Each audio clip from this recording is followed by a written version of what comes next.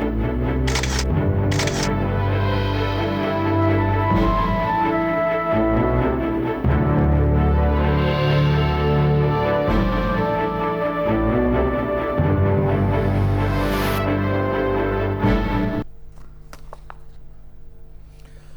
আলাইকুম। জনপদের খবরে সবাইকে আমন্ত্রণ জানাচ্ছি, আমি সোহেল ফাইসাল। এখনকার এই সংবাদ আয়োজনে একই সঙ্গে চ্যানেলের ইউটিউব চ্যানেল এবং চ্যানেল আইয়ের ওটিটি প্ল্যাটফর্ম আই স্ক্রিনে লাইভ স্ট্রিম হচ্ছে। ওমানের মুলাদ্দা এলাকায় একটি গাড়ির ভেতর থেকে প্রবাসী বাংলাদেশি 4 ভাইয়ের মরদেহ উদ্ধার করা হয়েছে। তারা চট্টগ্রামের রাঙ্গুনিয়া উপজেলার বাসিন্দা ছিলেন। তাদের মৃত্যুর খবরে রাঙ্গুনিয়া জুড়ে শোকের ছায়া নেমে এসেছে।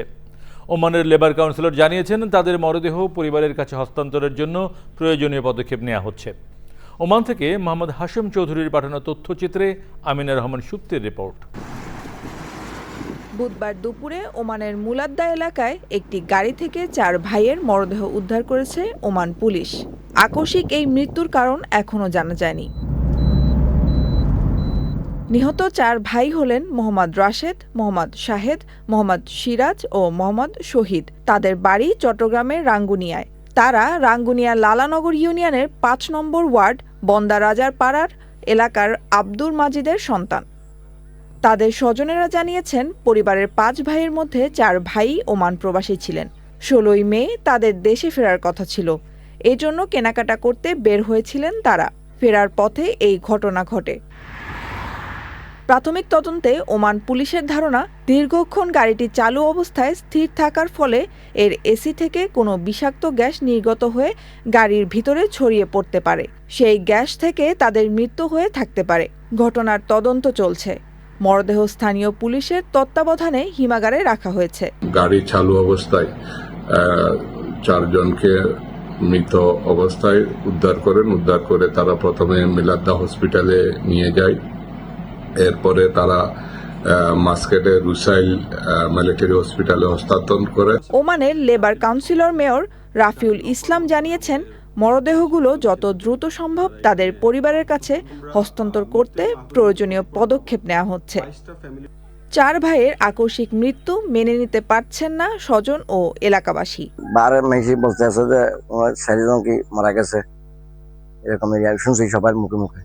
যদি এখানে যদি মনে করেন যদি সমাজের মানুষ আলহামদুলিল্লাহ, যদি এখানে যদি ফাটা যায় সবাই দেখে খুশি হবে। এক ভাই এখানে আছে, 4 ভাই এখন বিদেশে সমস্যা হইতে বলছে। এটা তো বই নাই জানি, এটা সবাই এখন আসার জন্য একটু আপনারা যতটুকু পারেন সবাই। Amina Rahman Supti, Channel I. বর্ষিয়ান রাজনীতিবিদ ও মহান মুক্তিযুদ্ধের গেরিলা কমান্ডার সাবেক মন্ত্রী ইঞ্জিনিয়ার মোশাররফ হোসেনের দাফন আজ বিকেলে সম্পন্ন হবে। এর আগে চট্টগ্রাম শহরে তার দ্বিতীয় জানাজার নামাজে সর্বস্তরের হাজারো মানুষ অংশ নেন। চট্টগ্রাম থেকে আব্দুল আহাদের ভিডিও ও চৌধুরী ফরিদের পাঠানো তথ্য নিয়ে রাজীব আহমেদের রিপোর্ট।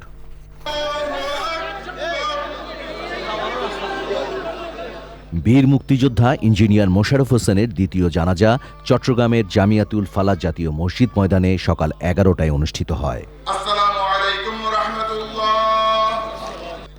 জানাজায় চট্টগ্রামের মেয়র সহ বিভিন্ন রাজনৈতিক দল ও শ্রেণী পেশার বিপুল সংখ্যক মানুষ অংশ নেন। তারা বলেন, স্বাধীনতার যুদ্ধে অংশ নেওয়া সহ চট্টগ্রামের উন্নয়নে ইঞ্জিনিয়ার মোশাররফ হোসেনের অবদান স্বর্ণাক্ষরে লেখা থাকবে। আপনারা জানেন, আমার বাবা ইঞ্জিনিয়ার মোশাররফ হোসেন, উনি একজন বীর মুক্তিযোদ্ধা এবং সেই সাথে উনি দেশের জন্য অনেক কাজ করেছেন। জেলে থেকে উনি প্রপার চিকিৎসা হয় না, ওটার কারণেই ওনার ডিটোরেট করছে এবং 20 দিন আইসিইউতে রেখে ওনাকে চেষ্টা করেছি যাতে উনি ফিরে আসে ভালো করার জন্য, কিন্তু আমরা আনফর্চুনেটলি ভালো করতে পারিনি। ইঞ্জিনিয়ার মোশাররফ সাহেব যদিও দলের রাজনীতিবিদ ছিলেন, কিন্তু আলটিমেটলি দেশের জন্য ওনার অনেক অবদান আছে। এই দেশের জন্য উনি মুক্তিযুদ্ধ করেছিলেন এবং এই চট্টগ্রামের বৃহত্তর চট্টগ্রামের জন্য ওনার অনেক অবদান আছে। আজকের ওনার মৃত্যুতে আমি চট্টগ্রামবাসীর পক্ষ থেকে শোক প্রকাশ করছি। চট্টগ্রাম 1 আসনের 5 বারের সংসদ সদস্য, আওয়ামী লীগের প্রেসিডিয়াম সদস্য এবং গৃহায়ন ও গণপূর্ত মন্ত্রণালয়ের সাবেক মন্ত্রী ছিলেন তিনি। মিরেশ্বরাই সীতাকুণ্ডের উন্নয়নে তার ভূমিকা ছিল উল্লেখযোগ্য। চট্টগ্রামের ইতিহাসে মোশাররফ হোসেনের নাম স্বর্ণাক্ষরে লেখা থাকবে। চট্টগ্রামের ইতিহাসে মোশাররফ হোসেন একটা অবিস্মরণীয় নাম হিসেবে থাকবে। মোশাররফ সাহেবের কথা এখানে সংক্ষেপে বলে শেষ করা যাবে না। মোশাররফ হোসেন সাহেব মুক্তিযুদ্ধ শুধু নয়, উনি মুক্তিযুদ্ধের প্রথম শ্রেণীর কাতারে যে কয়েকজন নেতা, তার মধ্যে মোশাররফ সাহেব একজন। আমার সাথে ওনার পরিচয় স্বাধীনতার পর থেকে। স্বাধীনতার 70-এর নির্বাচনে উনি খুব তরুণ বয়সে এমপি নির্বাচিত হয়েছিলেন মিরসরাই থেকে।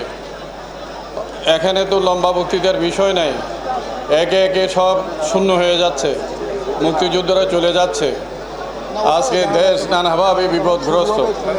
জানাজা শেষে তার মরদেহ নিয়ে যাওয়া হয় মিরেশ্বরাইয়ের নিজ গ্রামের বাড়িতে। সেখানে জানাজা শেষে বিকেলে পারিবারিক কবরস্থানে তাকে দাফন করা হবে।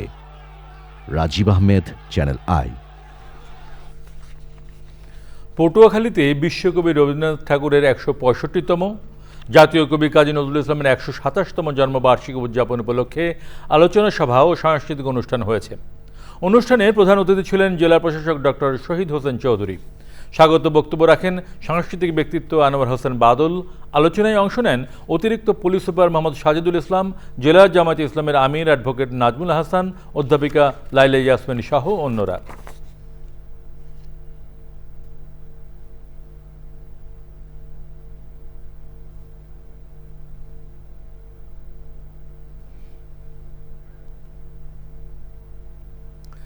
জনপদের খবর আজকের মতো এ পর্যন্তই। একটু পর কৃষি সংবাদ দেখার আমন্ত্রণ জানিয়ে শেষ করছি।